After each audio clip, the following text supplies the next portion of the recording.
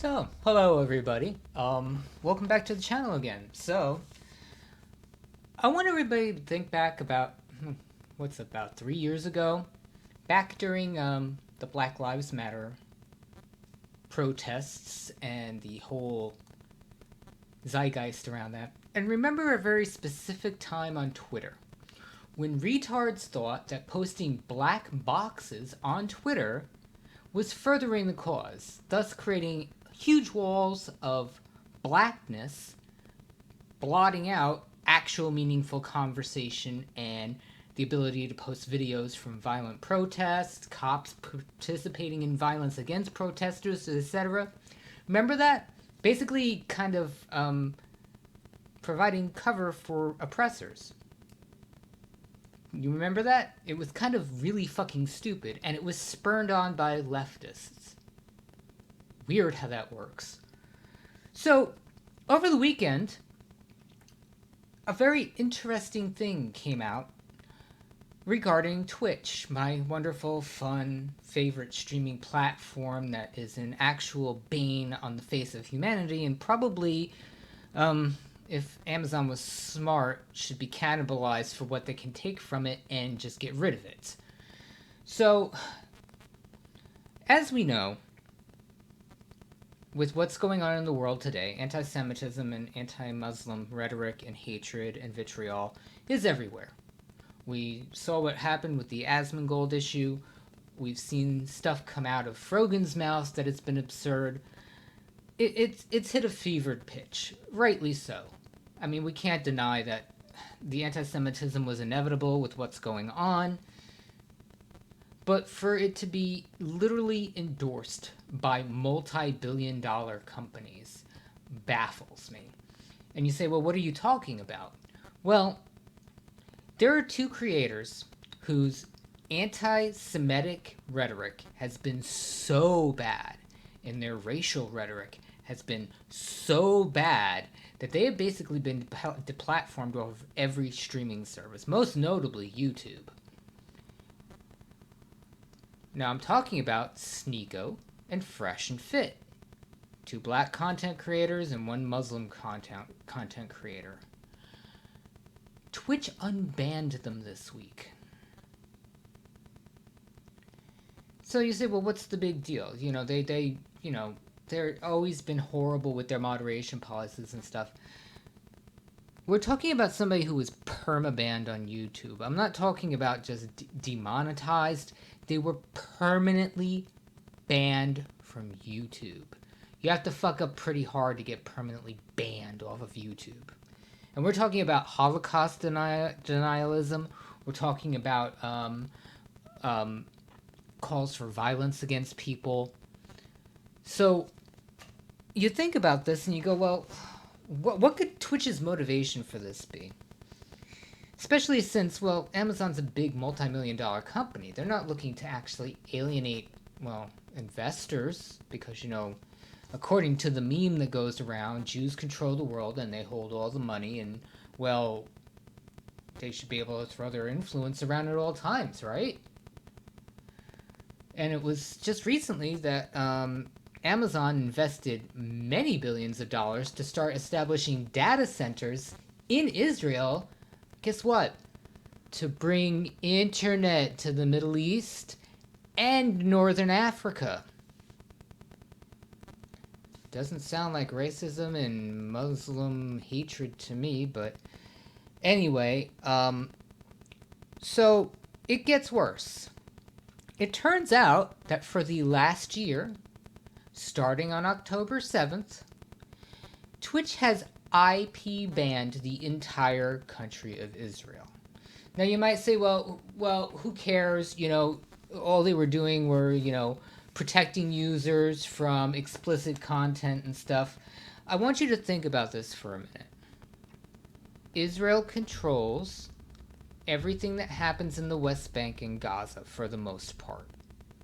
That means telecommunications, water, food, supplies, travel.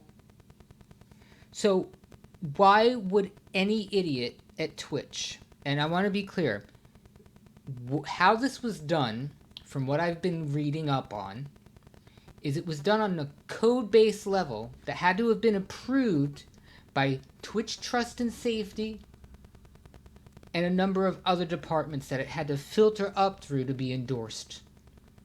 Mind you, this has not been done for any other country. We didn't get a ban on Russia. And I'll tell you this much. I was able to watch channels on Twitch showing Russian soldiers being blown to pieces by drones by Ukrainian channels, and vice versa. I saw some very suspect shit on Twitch around the Ukraine-Russia war. Nothing was done about it. The channels were banned, but you never saw an IP ban per country. Ever. People have streamed from other areas of the world, including Yemen, where there is an ongoing genocide and war going on. No IP ban. What makes Israel different? Well, I'm going to take off my tinfoil hat here. If you want to really be weird about this, there's two ways we can look at this. Amazon sees a huge investment opportunity in the Middle East and in Israel. So you don't want negative PR coming out about the fact that you just spent billions of dollars on data centers in a country that's actively committing what technically is genocidal warfare. So you want to silence communications coming out of that country. Well, here's my problem with this. You're also then making it impossible for Palestinians to show the level of human destruction, material destruction, oppression, and hatred being directed towards them. And I want to be clear. Twitch has already said that they did this because they didn't want violent stuff being shown on Twitch. Okay, first of all, anybody with a brain knows that they're not going to show that degree of stuff on Twitch, first of all. Second of all, if that was the case, they wouldn't allow their content creators like Hassan Piker to show without blurring, muting, or any other way altering literal terrorist propaganda videos calling for a worldwide war against infidels and Jews. I want to be clear about this. You weren't going to get people showing burning corpses on Twitch. You were going to get people literally reporting what was happening in Gaza at the time. So for an entire year, you want to understand why it seemed like there was literally nothing coming out of Gaza the entire time they were being bombed. It wasn't because there was no internet. It wasn't because there was no media there. It was because companies like Amazon, who owns Twitch, were allowing activists to actively block media, because Twitch, for all intents and purposes, is a media platform, blocking all media on Twitch coming from Israel. You're literally empowering a genocide. Now people are going to say again, well, now you're just being hyperbolic because they had other means of getting information out. Well, yes, they did. Telegram was a big one of them. I saw some of the most atrocious shit you'll ever want to see on Telegram during what Hamas did. But I also saw some other shit with the bombings in Gaza that Israel did that would chill you to the bone. Stuff I will never be able to show on here, rightly so. So, Twitch, as usual, came out with their mealy-mouthed, PR-generated statement. They won't tell you who did it. They won't tell you whether or not that person has been fired. And they sure as hell are never going to answer why two hugely anti-Semitic content creators were unbanned.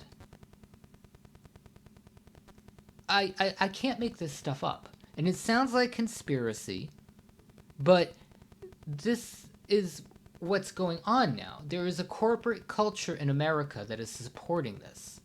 And you want to say, well, Israel deserves it, Jewish people deserve it. The problem is once you start going down this road, there's a level of escalation. And we literally saw this happen during World War II, leading up to the Holocaust. And you're going to say again, you're being hyperbolic. You don't understand.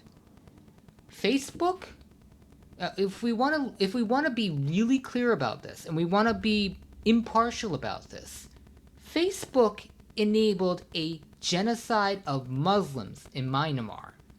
They literally gave geolocation data of individuals that the government wanted to arrest or kill in Myanmar to the Myanmar government. It was so bad, Facebook changed their entire reporting policy and the way they handled reporting geolocation data and other reporting data to governments. It was that bad. Hundreds of thousands of people were killed in Myanmar. So is it so hard to believe that this could endemically lead to some form of violence against Jews? Maybe not on that scale. I'm not saying that we're going to see, a Holocaust in the United States of Jews, but it takes one person. It takes one action. It takes a group of people being willing to do something heinous, and that's where we could start heading to. And the problem is it won't stop there. Think for a second,